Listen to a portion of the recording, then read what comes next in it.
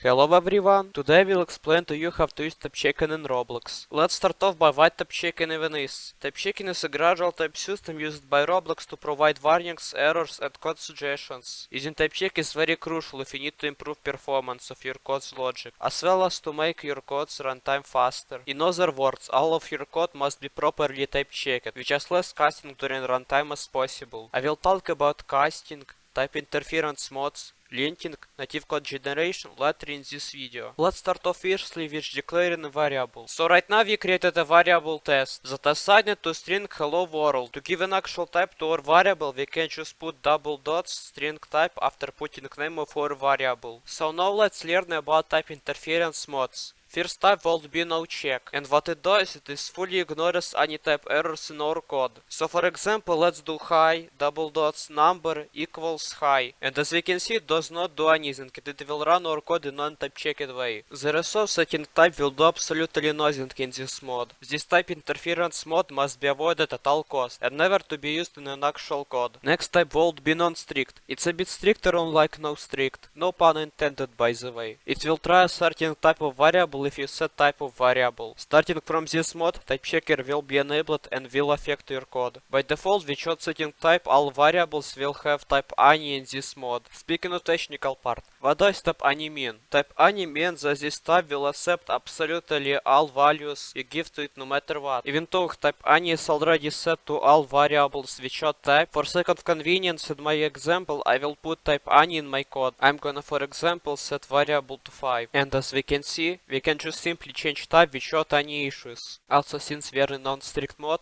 it will be equal to just that, and has absolutely zero difference. Few types you will likely never use, but you need to know about. Type unknown does work like type any, however to assign it to another type, you need to do operation casting to change type. For example, let's write local hello double dots unknown equals 5. And now let's create a variable that has reference to our variable which type unknown. And as we can see, it's not letting us to grab our number 5 because variables that holds it has type unknown. Meanwhile, if we change our type unknown to type any, this will work just fine. However, we can keep our type unknown and just cast it to number. I will explain to you about casting a little bit later in this video. I don't really know why I want to use type unknown or type any, because unknown is literally type any, but it does not use it as a different type, which I think does make sense, but just why? Another quite interesting type is type never, and the interesting thing is that it simply doesn't exist, kind of. This type can't have any value assigned to it, it is literally opposite of normal or any. You can't even assign nil value to it. So now let's see work of our type checker in this mod about regular types. So now let's write our variable local hello double dots number equals 5, and now let's assign our variable to an empty string below. It will cause an error since we are trying to set the value of another type whose variable doesn't support it. Now the hardest type interference mode to understand will be strict. It's a mode where you have to assign types of all of your variables. That does include functions. From this point on, we will always have to assign types to everything possible. Since types in this mode is all meant to be static and never to change, except being some cases where you need to do casting. Right now let me teach you how to use casting.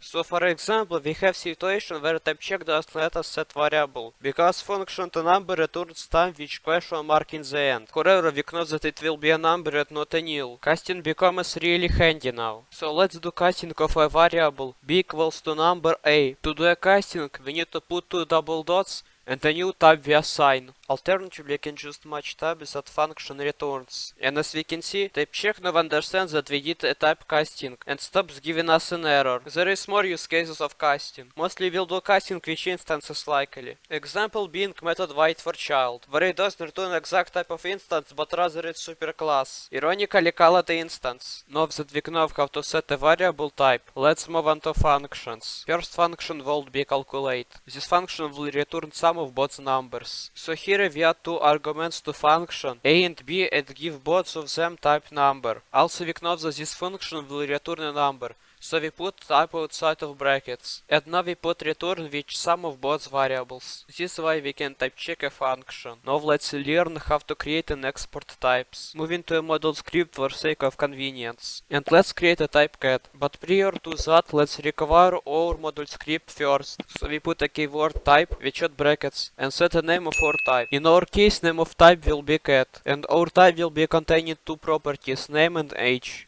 So now we open table brackets and set in property name and assigning its type to a string. After that either put comma or semicolon because we have two properties. Now go to next line, create property age and set its type to a number. Now we created a type cat, but we want to use it outside of our module script. Therefore we put keyword export behind keyword type. Now let's move to our main script. Now let's create a table which type we just made. Put variable containing our required module script, put dot and name of our class. And now just make sure table follows class we just made. Okay, now we know how to define our custom types. Let's learn about generics. Firstly, we're gonna learn about generic functions. So now write a function and let's name it generic. Now open these brackets and put letter A inside. A represented our generic type. And now let's create two arguments in our function. Argument 1 and argument 2. Now assign our generic type A to both of them. Okay, now let's return argument 1 and argument 2. So we pass parameter which type string.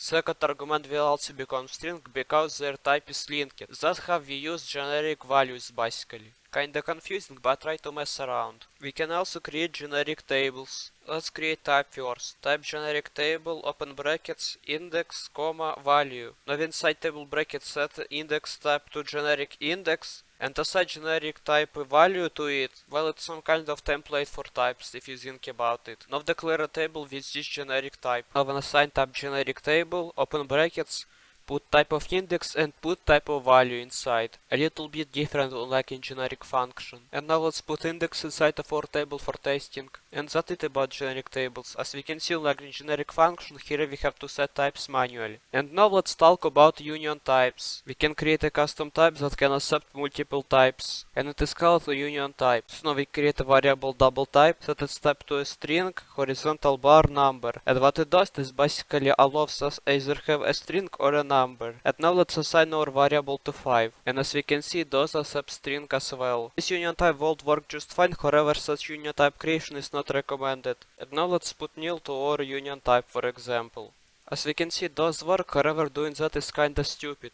Because we can just put question mark instead of creating a union type. Those work just like example previously. However, it is more recommended to do that instead. And overall, you better to avoid using union types at all. Now let's talk about literal union types. Literal union types, you basically turn value into a type. So basically forcing you to pick either of values. They might look like enums, but don't get fooled, they aren't. So let's create 3 options for our literal union type. And now let's pick either of them. And now we have 3 options to pick. Please note that not all types can be literal types. You can also create types for functions. Function brackets those represent tuple types. Tuple types means that it can contain multiple values at once. All of those represent return. And if we were to leave function brackets after return completely empty, this means that we return absolutely nothing, not even nil. Name of it will be a void function. Okay, let's replace return type to a string. Now let's create a function and assign this type to it. To do that we must define function like a variable. Assign type to it just like a variable and put equals function to it after that. And we will have to create arguments for function still. So we made a function that accepts string and returns this exact string as well. Now let's look at Variadic Functions, also known as tuple functions. Put 3 dots in function arguments and put double dots to assign type numbers. This way we make sure all numbers we pass will be numbers. And for return also put 3 dots numbers but without double dots. Yeah, syntax kinda differs for return, but that's okay. And then return 3 dots. Therefore we return all numbers we pass as arguments. This function type can be created through type as well.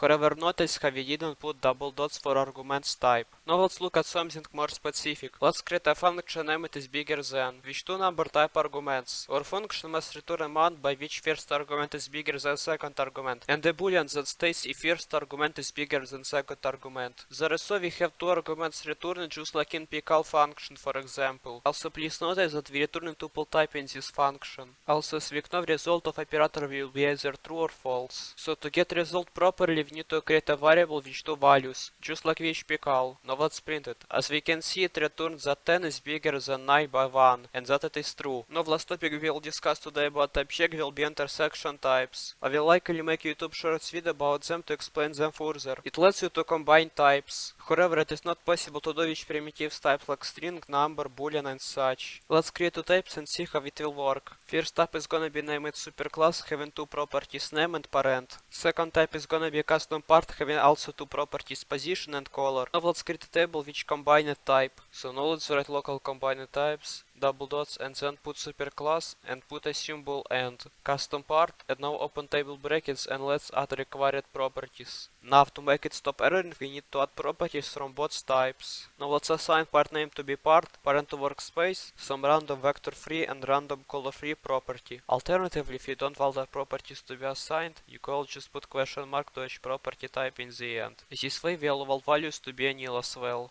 So that basically is the main part of Typecheck that we will ever use. If you watched my up tutorial, probably seen function type off and such, but I probably will make a separate video for that. Anyways, let's continue the tutorial. And now let's talk about linting. Let's create a property high and purposefully misspell it, then indexing and print. As we can see, it will send us an error because we misspelled a variable. However, if you put nolint on global, then it suddenly stops erroring. More information about nolint will be found in description. No idea as to why would you ever use that though. So now let's imagine you wrote your slickly typed, very complicated mathematical code. What to do next? Why doesn't run faster as promised? That because you didn't put native. So what is native? Native does let you compare your code directly into machine code and giving your CPU instructions to execute code rather than running it into bytecode VM. It can be that great, right? Oh yes, it can, except for some downsides. Compiling code could take longer than running into bytecode VM. However, the result worth it more than 100%. However, in some use cases the world resists doing that, because sometimes it only harms your code.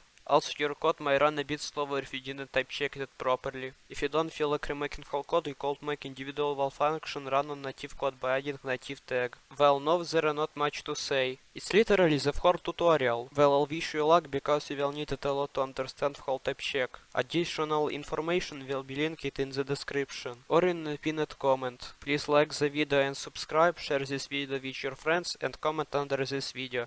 See y'all in my next video. Bye.